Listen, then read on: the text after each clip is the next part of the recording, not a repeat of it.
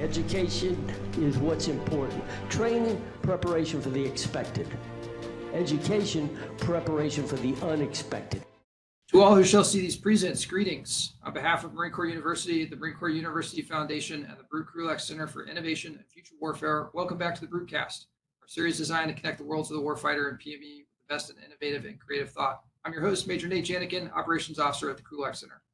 Before we begin, please remember that all opinions expressed here are those of the individual and do not necessarily reflect the views of the Krulak Center, Marine Corps University, United States Marine Corps, or any other agency of the U.S. government. We will also be recording this webcast for the benefit of those in our community of interest who could not join us today, so we ask that you keep your own webcams off to help us stream smoothly. At the conclusion of our discussion, we will have a question and answer session. So if you have a question, just type it in the group chat, and I'll go through them in the order received. Over 2/3 of the world is covered in water, with roughly 3% of that being freshwater and an even smaller 1% of that being potable, drinkable water. To make things worse, water is not fairly distributed. Some nations are naturally rich in water, while others are not. One of the basic needs for nearly every creature on Earth, hydrate or die, is real. Water instability creates a complex issue that complicates security and political matters. In the Euphrates-Tigris Basin, the waters that flow into Iraq flow through other countries first, Turkey, Iran, and Syria. Their policies affect the water that flows into Iraq, and then Iraq in turn is affected by its own internal policies on water. Understanding the issues here can help provide context going forward in the region. With us today, we have two guests, the authors of Strategic Water. Frederick Lorenz is a retired Marine Corps colonel. He was a judge advocate and was the staff advocate for Operation Restore Hope in Somalia, then for General Zinni during the UN evacuation in 1995, before he retired in 1998. He taught political science at the National Defense University and was a senior lecturer at Henry M. Jackson School of International Studies at the University of Washington. He retired a second time in 2022. He traveled regularly between Turkey, Syria, Iraq, and Jordan between 1997 and 2004, researching water and security issues in the Euphrates-Tigris Basin. And Dr. Edward Erickson was a military professor, history professor here at Marine Corps University before retiring in 2017. He's a retired Army Lieutenant Colonel, having commissioned as a field artillery officer, but also qualified as a FAO in Turkey. He did tours in Germany, Italy, and Turkey. He was the artillery battalion OPSO for 3rd Armored Division during Operation Desert Storm. He was a special assistant to the NATO force commander in Sarajevo in 95-96, as well as the political advisor to General Orodino during the invasion of Iraq in 2003. He has published 17 books, numerous articles, and is widely recognized as one of the foremost experts on Ottoman and Turkish military history. Gentlemen, thank you for joining us here today. I know it's a big day for you, both of you, with the book being published and coming out. So thank you for joining us, and I will turn it over to both of you for your opening comments. Well, thank you. It's a pleasure to be here at the Krulak Center, and thanks for the generous introduction. So what I'm going to do now is talk about how we got here, how Ed and I got here in the subject of water security and research and writing. Then I'm going to turn it over to Ed to talk about some of the big picture strategic issues. And then I'll talk about the book and some of the specific observations and comments that we make in the book. So Ed and I met in Sarajevo, I think in 1995, when we were both assigned to the implementation force, the NATO implementation force. And since that time, we've become good friends and collaborators on a number of projects. We started, I think, in 1997, when we were both on active duty, and I was able to find a grant, actually an Air Force grant originally, that was able to fund some of our travel to the basin. And so, first of all, I think it's fair to say that Ed and I both look at this topic from a security perspective. There's many lenses that you can look at when you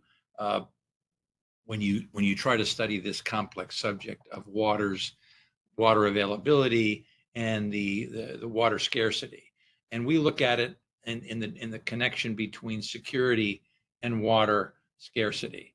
And so that has informed our study from the first time we went. And our first publication back National Defense University Press was this book, The Euphrates Triangle, in which we tried to look at the relationship between Turkey, Syria, and Iraq related to water. So the geography, you should know that the Euphrates-Tigris raise in Turkey and flow through Syria and into Iraq. Iraq is at the bottom of the pipeline. That's why much of our focus is on Iraq, because Iraq in some ways is in the most vulnerable position from water scarcity in the basin. So the first publication was that Euphrates Triangle. We later went on to another publication, U.S. European Command, provided some resources for us in 03 and 04 to produce another study on the book. Again, European Command interested in the possibilities of conflict. To what extent can water scarcity drive international conflict? And that's one of the issues we looked at in our second publication. We then 10 years ago, Marine Corps University Press finished our first book, which was an opportunity, I think, for Ed and I to go back and really take a big picture look at the issue of water scarcity in the basin. So at that time I was teaching a course called Water and Security in the Middle East. So for me, this idea of water security and water shortages and what does it mean in the real world, this has been a part of our study. So an opportunity to put this book 10 years ago was great. And then we were contacted by Marine Corps University Press again, maybe a year ago, and asked, can we do an update? So we were pleased to be able to produce the new version, which has just been released, Strategic Water Expanded Edition, which was just off the press, and we'll be talking about that today. So I think that's a summary. I'd like Ed, since we've always sort of divided the work with Ed's political military background. We've sort of divided the work on the more strategic international relations aspects. And so Ed, maybe you can talk about that issue today. Yeah, the 1999 and 2003, 2004, Iraq becomes occupied by the United States. 2014 and 2023, Syria falls apart and ISIS comes along in Syria. So these things have a shelf life. And it makes being current with the situation is fluid and everything changes in a blink of an eye. So let me back up from that. What's been the constant is the upstream riparian, Turkey. Why is Turkey so important in the calculus of what's happening? And if you're a New York Times reader or subscriber, back in July in 2023, Alyssa Rubin had a wonderful article full of very dramatic photographs. The article is called "Water Crisis and the Cradle of Civilization." So the things that Rick and I were talking about in 1999, this mass immigration of people, have been ongoing for some time, but it is really crystallizing this year in southern Iraq when they're out of water, not just the river, but the aquifers. And so the inhabitants of the area down around, a lot of you have served down there, I know, different places in Iraq, Basra, for example, people are moving out. They can't support themselves. So back to Turkey. Why what's happening with Turkey? What's the constant? This greater Southeastern Anatolia project called the GAP. The bulk of the watershed of the Euphrates-Tigris Basin is inside Turkey. And they've invested in a transgenerational public works program to change the landscape in southeastern Turkey to make it better for people. So they built 22 dams, 19 of which produce hydroelectric power. This is like the Tennessee Valley Authority. The 22 dams irrigate the Huron Plain, and 4 million hectares, something like that, of farmland. So this is like Yuma, Arizona, and the Central Valley in California that get water from the Colorado River. So imagine, if you will, that there's an insurgent group in the Colorado Basin occupying sanctuaries in Mexico, and a NATO ally like England is supporting those insurgent groups with weapons and training and money. That's the juxtaposed American analogy, if you will, of what's happening with the Turks. The Turks can't let this go. The Turks can't let Kurdish elements detach this huge investment in Turkey's future from the rest of the country, any more than we could detach the Colorado Basin from America, or the Columbia Basin, or give away the Tennessee Valley Authority to somebody. This is a strategic imperative for Turkey. What happens next? Well, the water flows through Syria and northern Iraq and the southern Iraq. The problem is, since this came out, is the Kurds. Not that the Kurds are a problem, but in terms of the geostrategic situation, we now have in northern Iraq a Kurdish federate.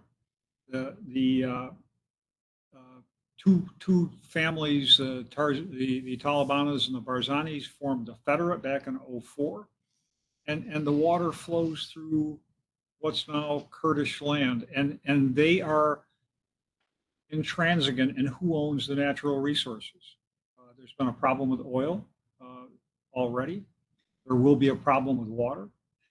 In Syria, the northeastern part of the country, the entire eastern bank, the left bank of the river, is in the hands of either Turks in the north or Kurds and Free Syrian forces coming down past some of the cities along the Euphrates. So the geostrategic situation is incredibly complicated. When we started this, there were three strong nation states in 1999: Iraq, Turkey, and Syria. Now there's one strong nation state. Iraq itself is arguably unstable and a confusing array of political parties. Syria is in the middle of this civil war that's been going on since 2014, and two Kurdish groups have sprung up in the meantime that are quasi-independent in Iraq, and in Syria fully independent and dependent on United States weapons trainers and support. There's something like 800, 900 Americans currently serving in Syria today. They've been targeted in the last month or so by Iranian-supported militias. So what was a stable geopolitical situation in 1999 is degraded now into something that's awesomely complex and hard for people like Rick and I to make sense of it in terms of recommendations or a path forward. I think that's it. Sure. Well, thanks. So the nature of our book, I hope you have the opportunity to get copies. Copies are out there, and they go into greater detail.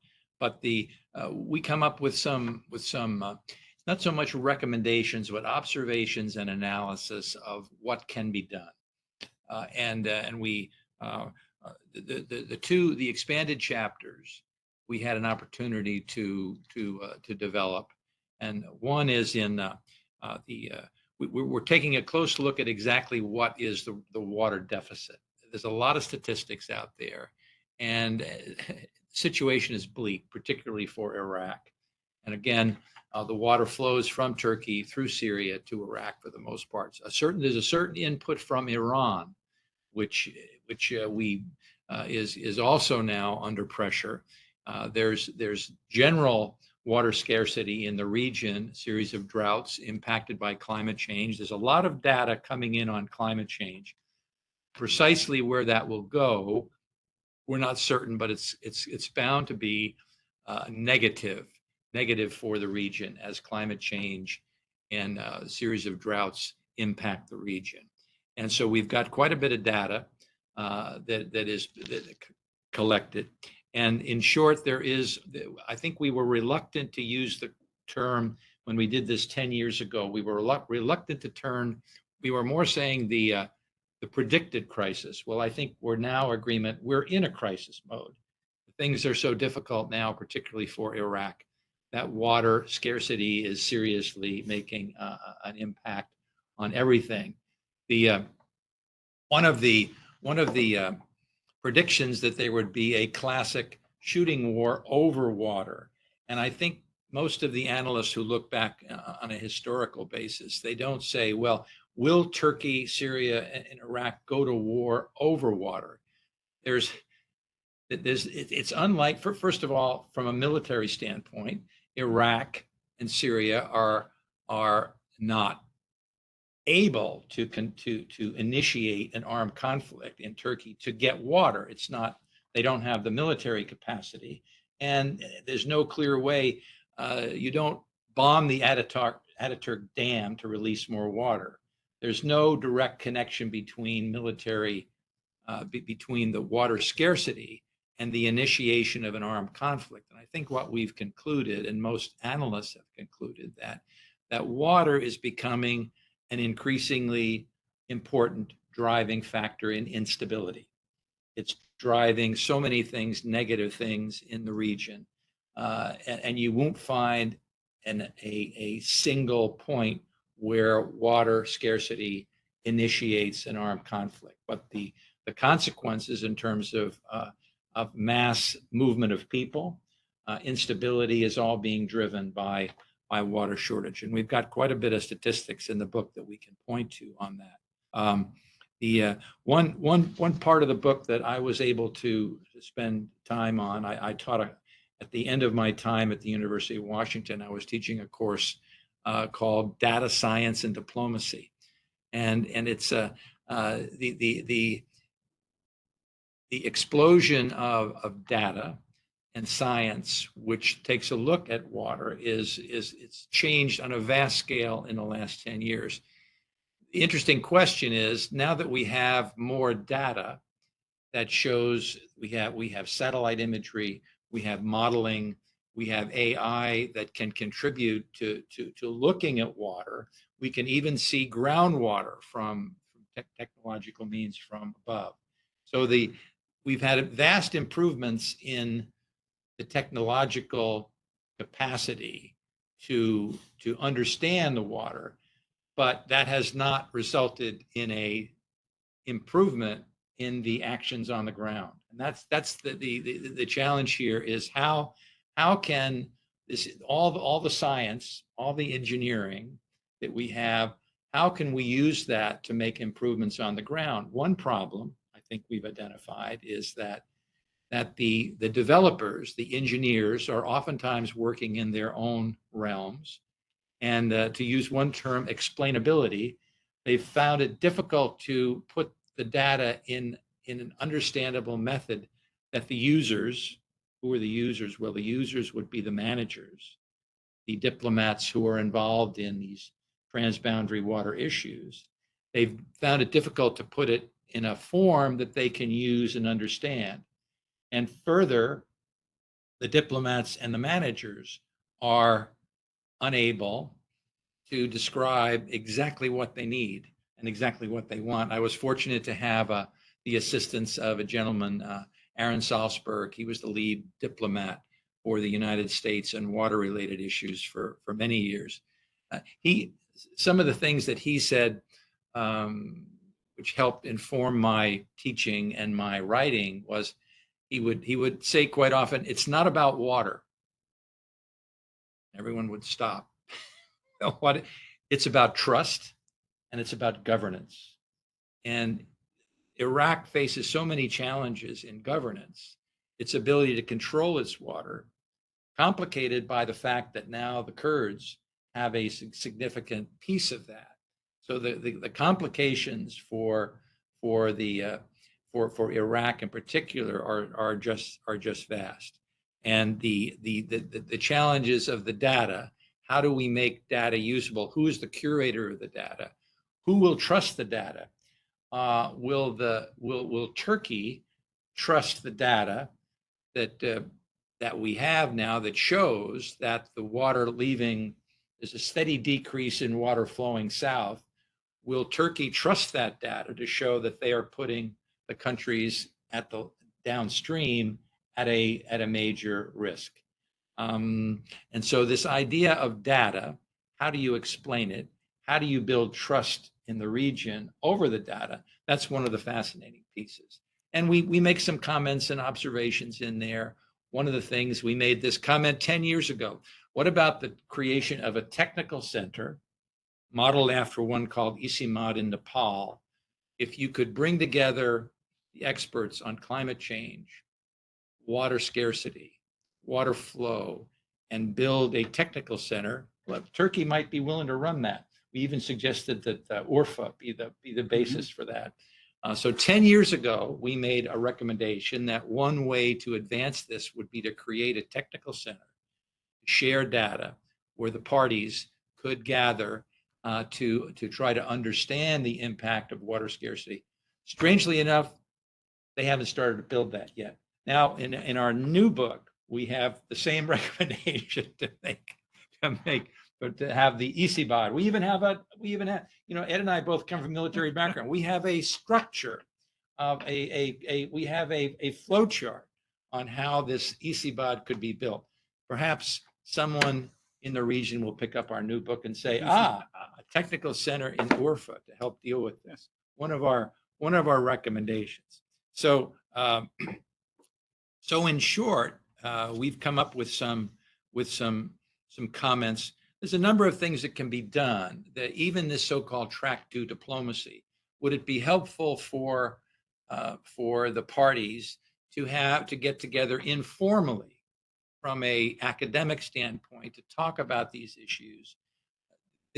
I think it's unlikely that you will have any high-level trilateral discussions on how to deal with this. Turkey is very reluctant to do. Turkey, their position has been, we will make some bilateral discussions, but the idea of a trilateral agency, such as something you might have on the Nile or the Mekong, of the parties, with any discussion at all, it's unlikely. Now, I guess I claim to be an international lawyer. I've been doing that now for a long time, taught international law for years. Does law provide any solutions here? No. Clear. I mean, I could explain it in, I have a whole chapter on this, the law. The international law is not really providing any significant relief, and it will not provide any significant relief to the downstream parties here. There is a structure, there's some international law respecting water, but as a practical matter, it's not going to benefit. It's not going to benefit Iraq and the downstream parties, and Turkey's not a party to the international conventions relating to international water. So it's if you have a whole chapter on that for those who want the legal issues related to this. But so we do make some specific comments of coordination that can be improved. We have a book release today up in DC where we have a number of federal agencies. The U.S. Geological Survey is doing a lot. The U.S. Army Corps of Engineers has done a lot. I guess U.S. Army Corps of Engineers essentially, any of you who might have served in Iraq might in the vicinity of Mosul and the Mosul Dam, which was seriously threatened here. So the U.S. assistance that we've been able to provide at various levels to Iraq has made a difference. Are there any solutions here? Perhaps not, but there would be. We believe that there's some things that can be done in the way of providing assistance in the management of Iraq's water resources, in helping to build, at least at the operational level in Iraq, to help provide some sources. There's a new, Iraq has a strategic land and water resources plan. In the book, we've got a copy of that. 10 years ago, Iraq was in their own plan that said, unless the following things are done, Iraq will be in a serious crisis mode. None of those things have been done. So by their own planning, their own strategic land and water resources issue, they are in difficult shape. There's a plan to revamp that plan, to have another plan. As you can expect, strategic planning without the follow through on the ground is a serious issue. So that's really all I had to say. I encourage you, if you have an opportunity to read this take a look at the book in greater detail. And so I'm going to leave the last few minutes to Ed to talk about some other issues related. Thank you. Yeah, there are always three choices. Things get better, things stay the same, or things get worse. It never changes. Those are the immutable three choices in life. It's getting worse in Iraq. It was predictable. There's a lot going on in Iraq today, and we shouldn't leave this thinking, well, not much is going on, because the United States has made the Corps of Engineers. There are a lot of agencies from the federal government. They're now working on this. The UN has a substantial presence working on this problem. There are a bunch of NGOs, some green NGOs on not just water for Iraq, but clean water and green water. So there are overlapping and parallel structures working. The problem is, as you probably already know, is it's decentralized and there's no structure that coordinates it. So there's an enormous amount of overlap, underlap, and duplication that's currently going on. The bulk of the federal funding that we give Iraq goes to the Kurdish areas, from Tikrit to the north. That's where our efforts are focused for a lot of geopolitical reasons.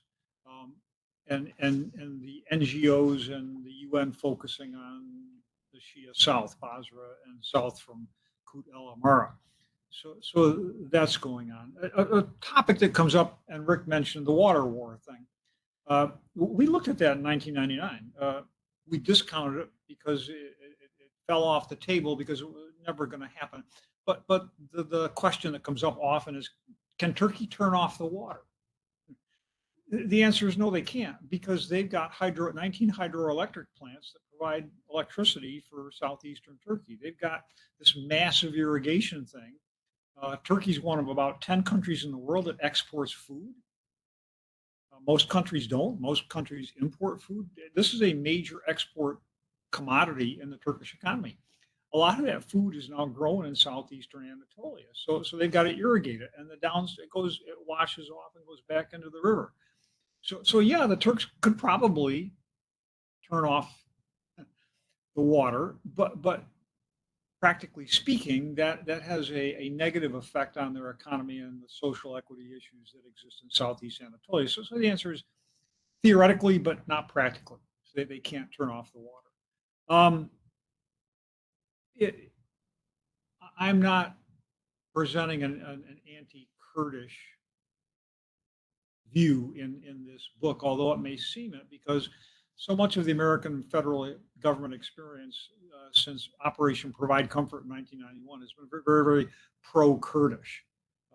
And we have now two generations of American civil servants and American military officers who have had direct interaction and support to Kurdish elements both in Iraq and in Syria. So the federal government kind of leans Kurdish. It's hurt our relationship with Turkey dramatically. And the relationship and the expert here at the university is a fellow named Sinan Jidi over at the Command and Staff College. He's a prolific author on examining the relationship and what's happening between the United States and Turkey. We were a very strong ally and partner of Turkey up until the turn of the century, and it's degraded ever since. Part of the reason is our support for the Kurds, our support for the Greeks in Cyprus. There are just a lot of pieces and parts to this. The Turks are active participants in regional stability. They want stability. How they get there is problematic.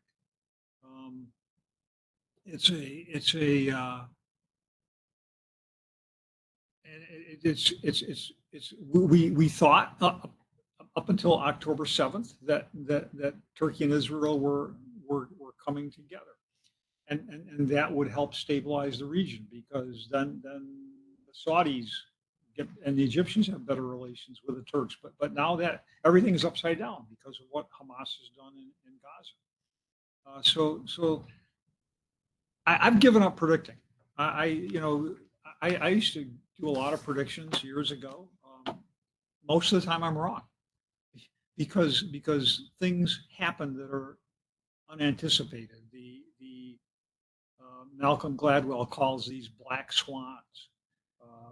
You in the McPepe, the military planning process, the Marine Corps planning process, when your assumptions fail, the plan fails. Assumptions and black swans are very similar. People think things are going to happen and then they don't. I would kind of end my discussion with we wrote recommendations in our previous work, and as Rick has alluded to,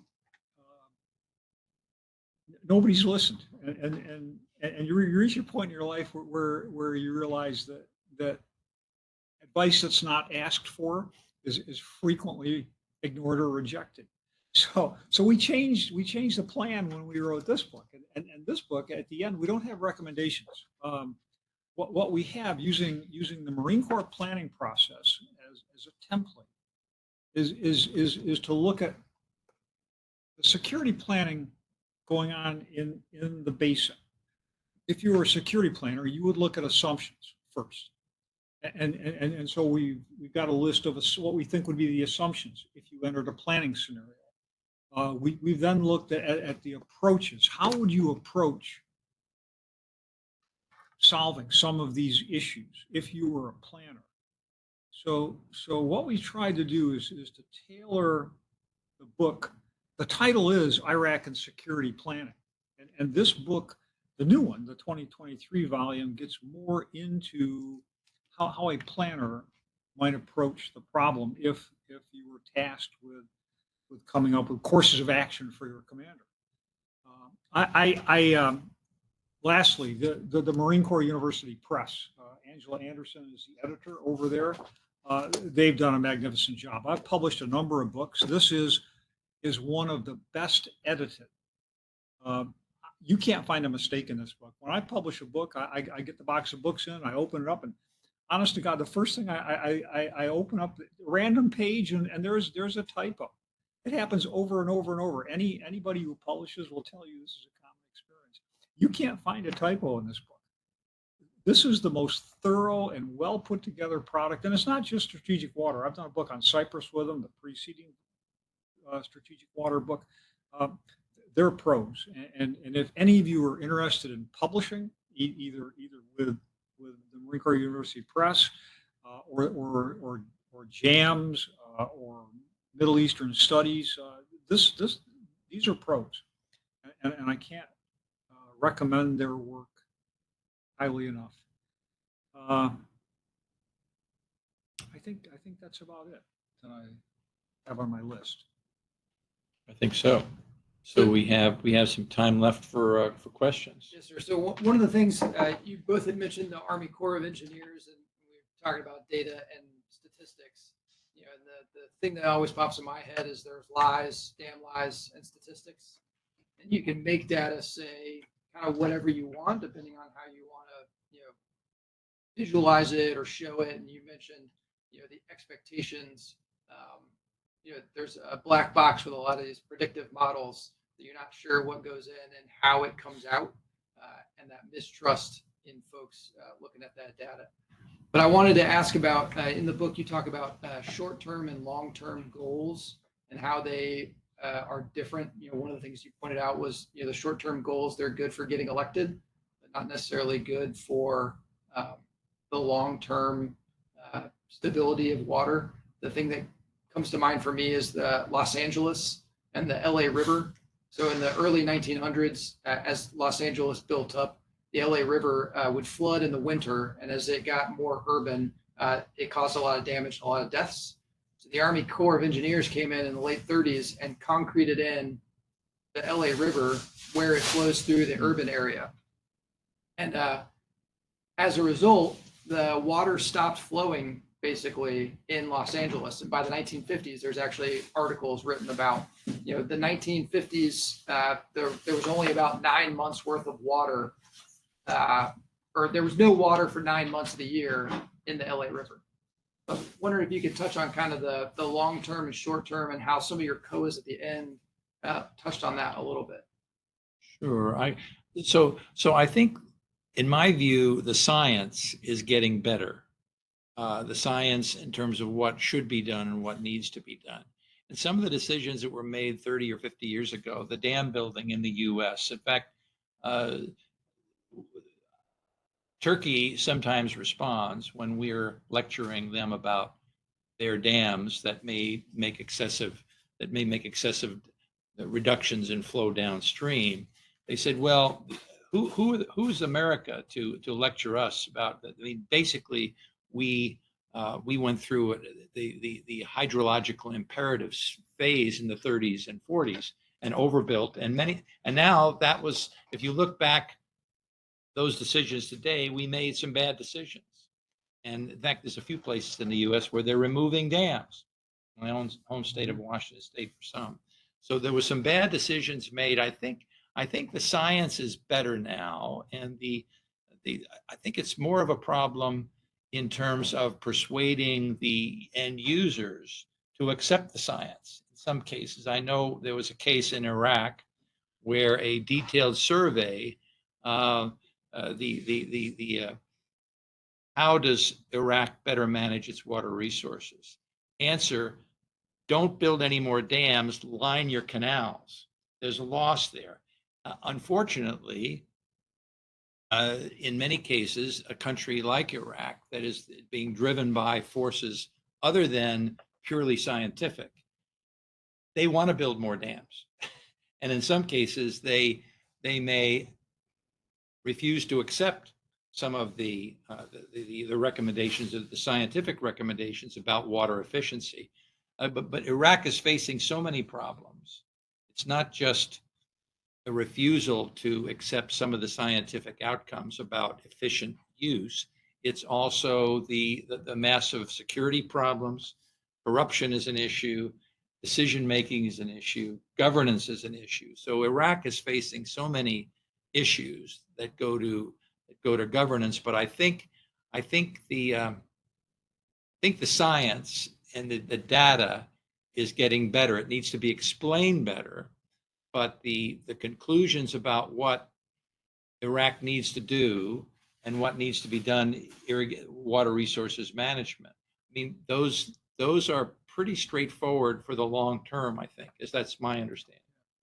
I would also add that the long-term macro level approaches require stable nation states. Mm-hmm. They require Iraq, Syria, and Turkey to be stable nation states, and they're not right now. Turkey is. Whether we like Erdogan or not, Turkey's a very stable nation state.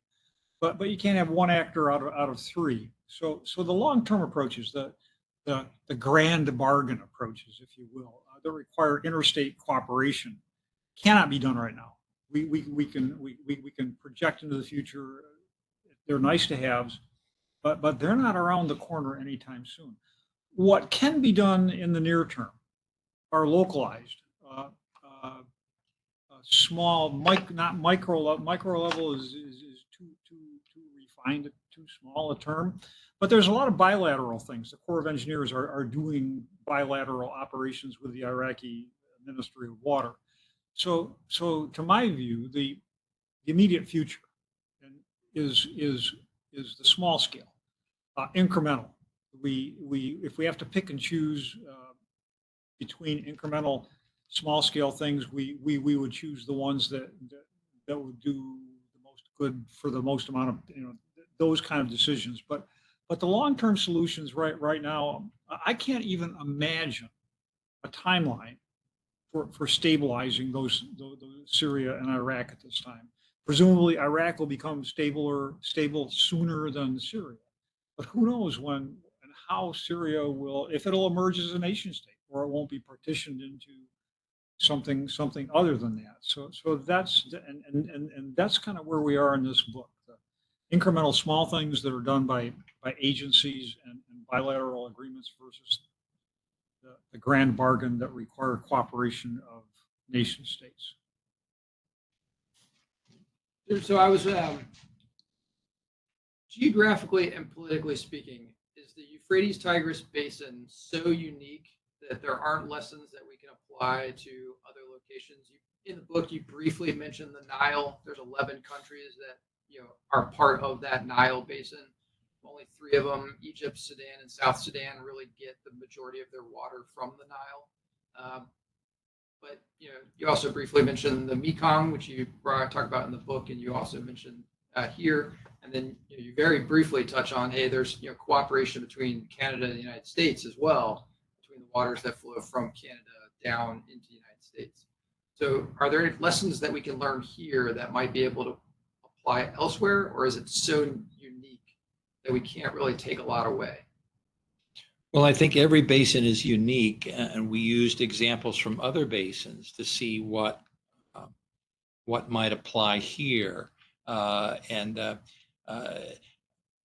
not sure there's too many lessons from the Euphrates-Tigris that could be applied outside it. I'm not sure there's many, but trying to we focused on this basin and take a look. So the reason we brought the Nile, that there's a particular technical modeling capacity for the Nile, happened to be developed at the University of Washington, called NEBRAS, which is a water management tool that has been developed. So there are some tools that have been developed. The Mekong basin, which is with China as the upstream riparian, presents its own unique situation.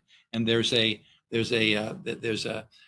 development model, and there's a technical model which is being used to try to deal with those problems. So in the book, we try to draw some comparisons with other basins and this basin, and there are some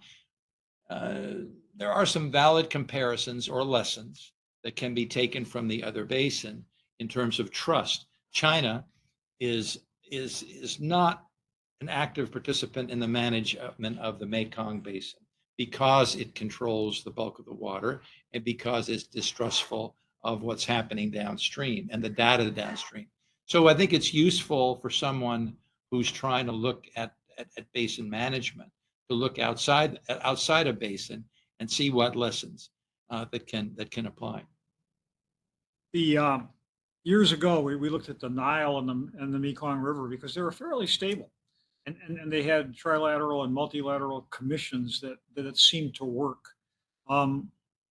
As we've come into the 21st century, Ethiopia has built the Grand Renaissance Dam, and all of a sudden there's controversy between the riparians on who owns the Nile River.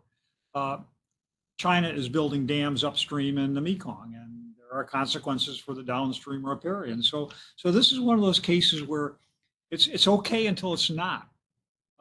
And the unifying thing for all the basins is it's okay until it's not, because the downstream riparians are increasingly water stressed, not just Iraq, but Egypt, not just Iraq, but South Vietnam and Cambodia. So those downstream riparians, and again, get better, stay the same, or get worse. It's getting worse for those countries. There's a unifying core concept in all the basins. I think that, and the lessons are yet to be learned. I don't think the lessons from the past, they're failing. So I think what has to emerge in the future are new lessons. Because what's happening right now is the failure of architecture, the failure of processes. And I think we learned that integrated water resources management only works when you've got a single authority, which is overlooking the basin. And of course, we know how complex this has gotten. So water resources management has gotten extraordinarily different, not only because the boundaries were drawn irrespective of we have some history here in the book on that. The boundaries were drawn irrespective of the basin management.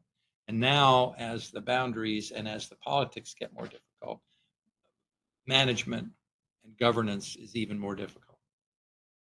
And I think that kind of flows really well into Albert's question from the chat. It goes back to relationships. But he says, aren't the Barzanis and Kurdistan regional government working fairly closely with Turkey on the latter's attacks on the Syrian Democratic Forces, Kurdish Democratic Union? How has that adversarial but not quite relationship affected water access? Yeah, one of the surprising things in the late 1990s was the Taliban family and the Barzani family put down their weapons and stopped the Kurdish civil war that was happening. They asked the Turks to mediate, and the Turks not only mediated an agreement between the two families, but sent in observers who are there to this day. And as the 21st century rolls around, Turkey and the KRG, the Kurdistan Regional Government, the Federative Kurdistan, enjoy very good relations. Part of that is that the PKK, the insurgent Kurdish group from Turkey, has sanctuary in Iraq, and they are not friends with the Barzanis or the Talibanis. So the view in the Kurdistan Federate is that the PKK is destabilizing not only for Turkey, but also for the Kurds in northern Iraq. So this has conjoined the Kurds, which is a surprising outcome. But they do enjoy healthy economic relations. They enjoy healthy political relations, and it's a surprising thing. The Kurds in northern Iraq have distanced themselves from the Kurds in Syria. The Kurds are not a contiguous cultural linguistic entity. They're tribal. So the Kurds in Turkey are different than the Kurds in northern Iraq, or different from the Kurds in Syria. And the Kurdistan regional government views the Kurdish effort, the independent Kurdish movement in Syria as dangerous to regional stability. I'm guessing here, and I'm going to throw a opinion out. I think the Kurdistan regional government would rather have a strong, stable Syria under any kind of government, rather than have the unstable Kurdish problem that's existing in northeastern Syria today. But that's just an opinion. I'm frequently wrong. And how does that affect the water situation, the cooperation or lack of cooperation within the entities you mentioned? Yeah, the Kurdistan regional government is very sophisticated, technically savvy government in the region. They manage water pretty well. They've got governmental architecture and expertise that manage the water flowing through their area and from their area pretty well. The Kurds in northern Syria are a very young organization and trying to put together a government. They have no funding other than what we have. They have no economy. They have no technical expertise in the government architecture, which is kind of, it's like comparing America after we write the Constitution to the America of before the Constitution. 13 colonies without a central government. They don't have that. So there's no water management to speak of today in Syria whatsoever, because the Kurds are on one side of the river. They control the major dams, and then the governmental forces under the government are on the other side. So it's point to point right now in Syria on water management. And one of the things that, especially in Chapter 5, you talk about water information as a state secret, and you touch a lot on, Turkey treats their information about water as a state secret. How much more difficult is that making things in the region? And are there other countries that kind of treat water information in the same way as Turkey does? I think so, to varying degrees. Turkey is certainly considers that as a state secret. And that's being overcome to a great extent by the availability of more satellite data, more modeling data. The Army Corps of Engineers hydrologic engineering center.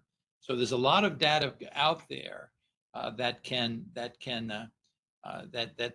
makes the fact that Turkey is not releasing the data now, I suppose in some ways is less important because the data is available.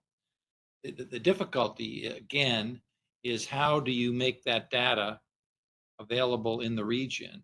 How do you get people to trust it? And how do you get them to take action based on it? And that's the difficulty. The challenge is explainability and usefulness and governance. In dealing with Turkey's use, that's why one of the observations, one of the ideas we had was creating a technical center in Turkey that could provide a central place where that data can be pooled and made available to the extent that they permit it, even to a closed group of people. That's one of the challenges.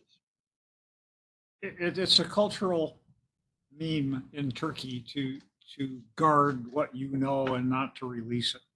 Anybody who's conducted business in Turkey or mill-to-mill contacts with Turkey or diplomacy with the Turks, they are notoriously difficult to work with because they don't share information.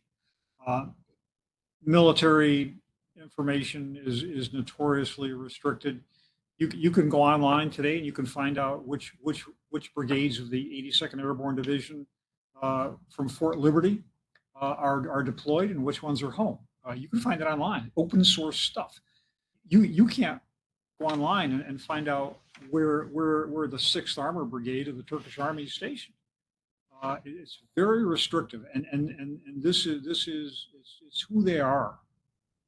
Anybody that works with the Turks understands this, and you try to work around it. Water data is, and you have to ask why. Why would water data be withheld? And it's for no particular reason other than it's the way they are. It's a process-oriented society. The United States, Americans are cut through the red tape, get the job done. Our orientation is on results. Turkish orientation as a culture, and I hope I don't offend any Turks who are out there, they're process-oriented. If you get a license in Turkey or your dog registered in Turkey, or you want to have a cable TV installed in your house, you've got to go down to there are forms and guys that stamp the forms with the famous approval. And it's a power relationship that goes back to the Ottoman Empire. It continues in Turkey. It continues in places like Iraq. The Turks are not unique in the region in this way, but this is a society that withholds not just information, but authority to do something. The process is more important than the result. And that's at the end of the day what characterizes their society and makes it different from what we do. It affects water management. It affects everything they do. In my trips to Turkey, I was surprised talking to water managers to what extent it's such a nationalistic view that Turkey's entitled to manage its water resources as see fit. I think we quoted a member of parliament some years ago who said on the parliament floor that Allah gave the Arabs the oil, and Allah gave Turkey the water, and each should be able to use it as they see fit. But that's certainly a fascinating aspect of this the cultural and historical views of Turkey towards its water. Yeah, the state secret bit, maybe write down and laugh at the constant joke. What do I know? Who needs to know it? And how good will I feel when they get in trouble for not knowing it? Sure. From the chat, we're kind of closing in on the end of our hour here, but one of the countries that we haven't talked about is Iraq's neighbor, Iran. And so a question from the chat is, how has Iranian water flow that goes into the Tigris Euphrates, how has that affected that relationship and Iran's effects within Iraq as well? Yeah, good question. And we do devote a part, the part of the chapter on water scarcity is devoted to that. So I think you can measure the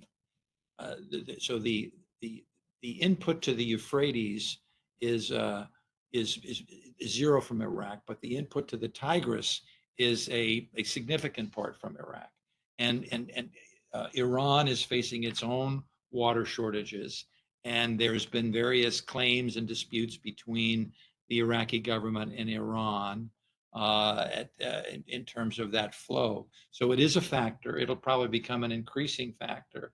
I think it's something like 15 to 20% of the flow that comes through the mountains of Iran that flow into the Tigris. And so it is a factor. I think it'll probably become an increasing factor as the region is gripped more by climate change and resource constraints.